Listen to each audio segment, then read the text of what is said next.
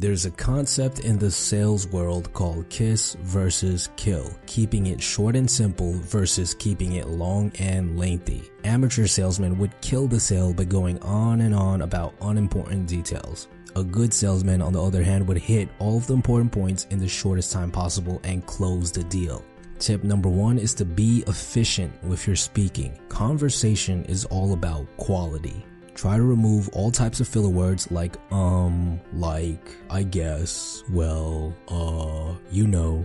These words bring no value to the conversation and they literally mean nothing. Listen to the following paragraph. What did you do this winter? Well, I had an okay time this break. I went snowboarding for the first time with some of my friends and well, it was actually a lot harder than it looked. That's about it. I guess I had fun. Haha. Now compare it to this. What did you do this winter?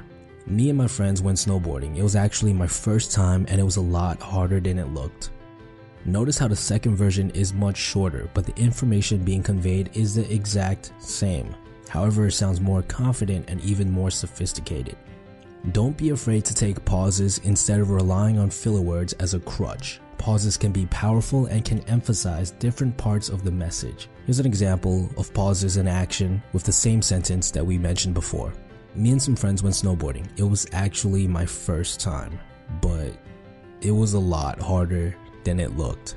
Tip number 2 is to use pauses to emphasize different parts of the message and to deliver more powerful messages.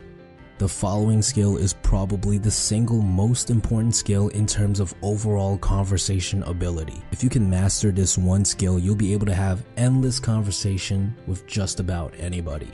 Tip number 3 is conversational threading. Within every sentence, there are different topics that you can branch off into. Let's take a look at the following sentence.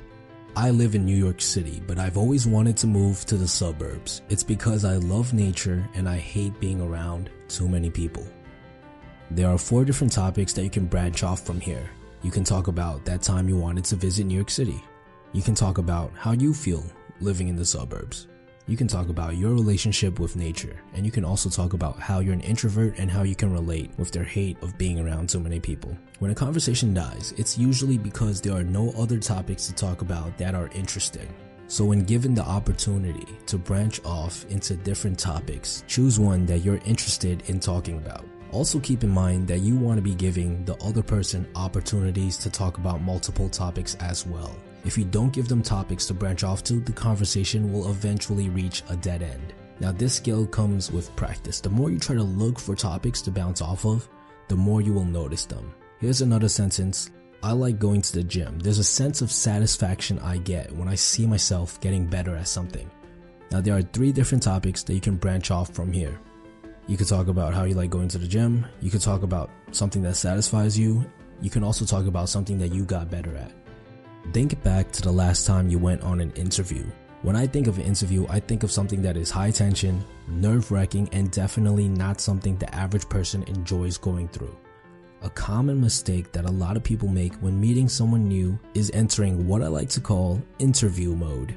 They bombard the other person with question after question after question, and this can be extremely uncomfortable. The issue with asking too many questions is that it makes the conversation very one-sided. When you ask a question, you're not sharing any information about yourself. All you're doing is demanding information from the other person. This is where that uncomfortable feeling comes from. There's a lack of connection that's being built. You want to be sharing information about yourself as much as possible so that you can build rapport, build a connection. Tip number 4 is to use statements instead of questions. When you make statements, you share information about yourself. Pay attention to the next time you hang out with your close friends or buddies. You'll notice that the majority of the conversation is with statements. Once in a while, a question is thrown in as a natural step in the conversation, but the large majority will be all statements. Now there are a lot of different types of statements, and I'll cover the main ones. We have the story opinion statement, basically a statement that tells a small story or shows your opinion on something. Here's an example of a question.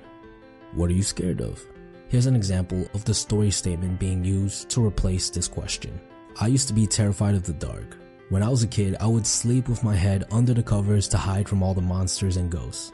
Notice how the question shares nothing about yourself. It doesn't really give the other person a topic to jump to besides answering your question. So you're only giving them one thing to talk about. On the other hand, the story statement shares information while it also gives the other person opportunities to talk about different topics. You're giving them different things to thread off of. They can talk about whether or not they're scared of the dark. They can talk about things they used to do when they were a kid, and they can even tell ghost stories. All of these can be branched off of this statement. Next up, we have the cold read statement. This is a great way to use statements with someone you just met. Simply put, it's an observation that you make about the other person. Instead of saying something like, hey, what do you like to do for fun? You can say something like, hey, you look like a fun person. I bet you have some interesting hobbies. This is a great trick because the person can respond in 3 different ways. Number 1, you're wrong, and they'll correct you. I'm actually not fun. I sleep all day. Number 2, you're wrong, but you'll be asked why you thought so. I'm actually not fun, but I'm curious as to why you thought that I was. And number 3, you're correct, and a large amount of rapport will be built instantaneously. I am fun. I love to dance and sing, but how did you know?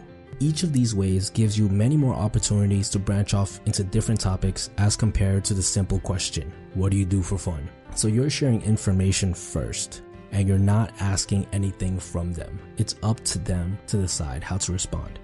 And finally, we have the random statement.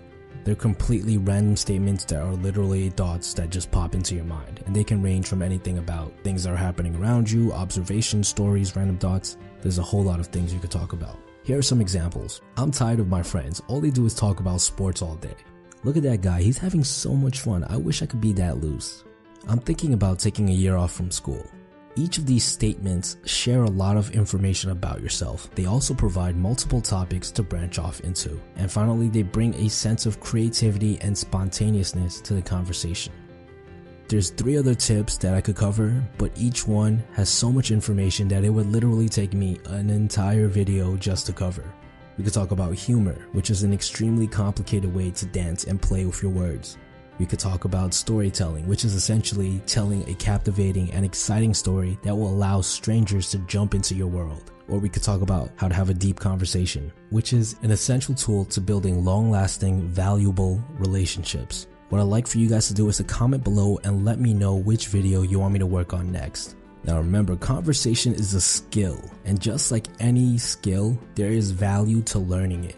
But the most growth will be experienced when you actually go out there and you practice what you've learned. By applying some of the tips and tricks that we covered today, you'll see a massive improvement in your future conversations.